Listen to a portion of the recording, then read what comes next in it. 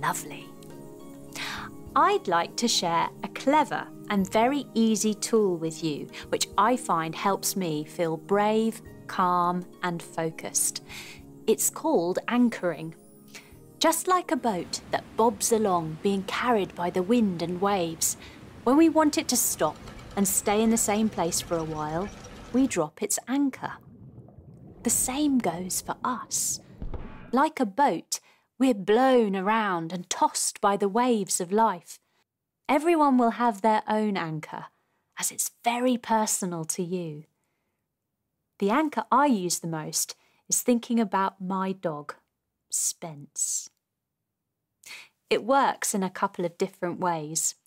First, whenever I say his name, Spence, I feel immediately calmer, happier, like I'm cuddling him and nuzzling my nose into the soft fur behind his ears. Secondly, when I've had to talk in front of lots of people, I imagine big pictures of Spence all over the walls behind everyone. And there he is, in my mind. Everyone will have a different thing that works for them. It might be a pet, like Spence, or another person, or perhaps a moment in your life so far, or even a place that works for you.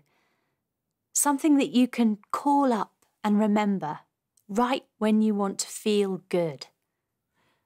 I'd like to help you find your anchor. The thing that makes you feel calmest and happiest. So you can call it up whenever you want to feel really good. Once we've worked it out, we'll work out the easiest, quickest way for you to connect with it, so you can use it whenever you need it. First, I'd like you to close your eyes.